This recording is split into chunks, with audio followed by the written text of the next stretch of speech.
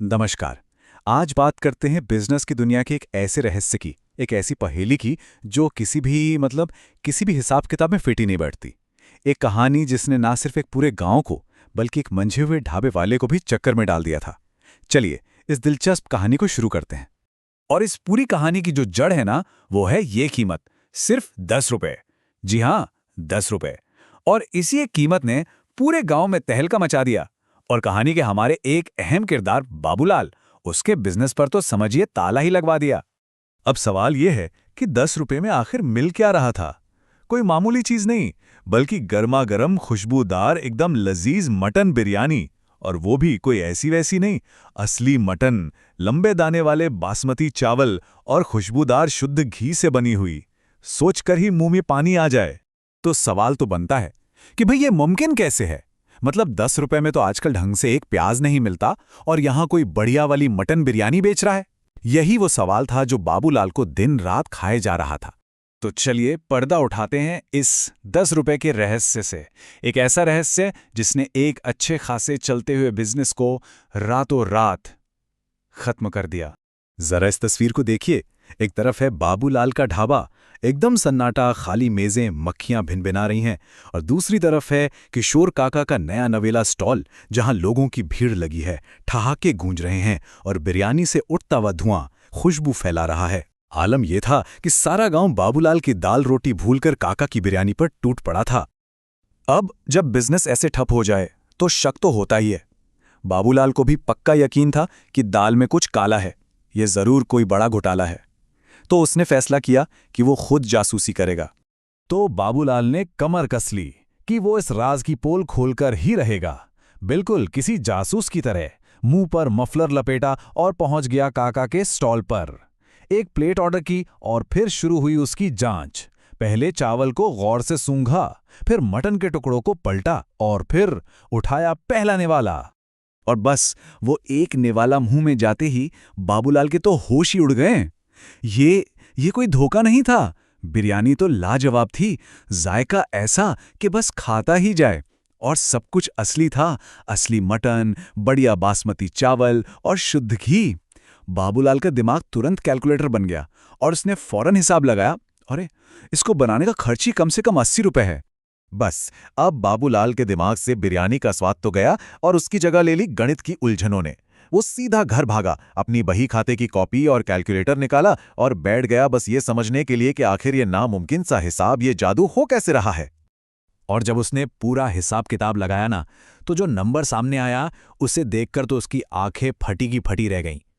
एक मोटा मोटा अंदाजा भी लगाएं तो अगर किशोर काका रोज की सिर्फ 100 प्लेट भी बेच रहे थे तो भी उन्हें हर दिन कम से कम 6,000 रुपए का सीधा सीधा घाटा हो रहा था। यहां देखिए, ये गणित और भी साफ हो जाता है। एक प्लेट बनाने की लागत लगभग 80 रुपए और उसे बेचा जा रहा है सिर्फ 10 रुपए में। मतलब हर एक प्लेट पर सीधे सीधे 70 रुपए का नुकसान। अरे भाई, कौन है ये आदमी? कोई भी बिजनेसमैन जानबूझकर ऐसा क्यों करेगा? दिन बीतते गए, बाबूलाल की रातों की नींद हराम हो गई। आखिर में उसने हार मान ली। अब उसके अंदर कोई कॉम्पिटिटर नहीं बचा था। वो तो बस एक हारा हुआ, थका हुआ इंसान था जो सच जानने के लिए किशोर काका के पास पहुंच गया। उसने काका के सामने हाथ जोड़ दिए और बोला, काका, अब मुझे मेरे ग्राहक वापस नहीं चाहिए, आप ही रखो। बस मुझे राज बता दो। चाहे तो मुझे अपना पार्टनर बना लो। सच कह रहा हूं, मैं रातों को सो नहीं पा रहा हूं। किशोर काका ने बाबूलाल की हालत देखी। उसकी आंखों में वो परेशानी साफ दिख रही थी। उन्होंने उसे प्यार से बिठाया और कहा, बेटा, ये कोई बिजनेस का सीक्रेट नहीं है, ये तो एक सच्चाई है, एक ऐसी वजह जिसका हिसाब कोई कैलकुलेटर नहीं लगा सकता। और फिर काका ने जो बताया, उसने बाबूलाल को अंदर तक हिला दिया। काका ने कहा, ये स्टॉल कोई बिजनेस है ही नहीं, ये तो मेरी स्वर्गीय पत्नी, मेरी मालती का एक सपना है। मालती हमेशा कहती थी कि जिस दिन हमारे पास थोड़े पैसे आएंगे ना, उस दिन वो अपने हाथों से खाना बनाकर पूरे गांव को एक बड़ी दावत देगी। फिर काका ने अपना सीधा साधा सा हिसाब समझाया। बोले, मेरा बेटा दुबई में है, वो हर महीने 50,000 रुपए भेज देता है। अब मैं ठहरा अकेला आदमी, मेरे खर्चे ही कितने हैं? मुश्किल से 5,000। तो जो बाकी 45,000 रुपए बचते हैं ना, उन्हीं से मैं हर रोज अपनी मालती का सपना पूरा करता हूं। ये सुनकर बाबूलाल ने एक और सवाल पूछा, काका, अगर खिलाना ही था तो मुफ्त में खिला देते, पैसे क्यों लेते हो? और इस सवाल पर काका ने जो जवाब दिया ना, वही इस पूरी कहानी का दिल है, उसका असली सार है। काका ने कहा, ये 10 रुपए बिरयानी की कीमत नहीं है बेटा, ये खाने वाले के स्वाभिमान की कीमत है, ताकि कोई ये न सोचे कि वो भीख खा रहा है, वो हक से, इज्जत से अपना खाना खा सके। ये जवाब सुनकर बाबूलाल तो जैसे सुन्न पड़ गया। आज पहली बार उसे एहसास हुआ कि दुनिया में हर फायदा नुकसान सिर्फ पैसों के तराजू पर नहीं तौला जाता। आज उसने बिजनेस की किताबों से बाहर एक नया हिसाब सीखा था, इंसानियत का हिसाब, भावनाओं का हिसाब। जैसा काका ने बाबूलाल से कहा, कभी कभी हिसाब किताब के पन्नों से बाहर भी झांक कर देखना चाहिए। ये दुनिया बहुत खूबसूरत है।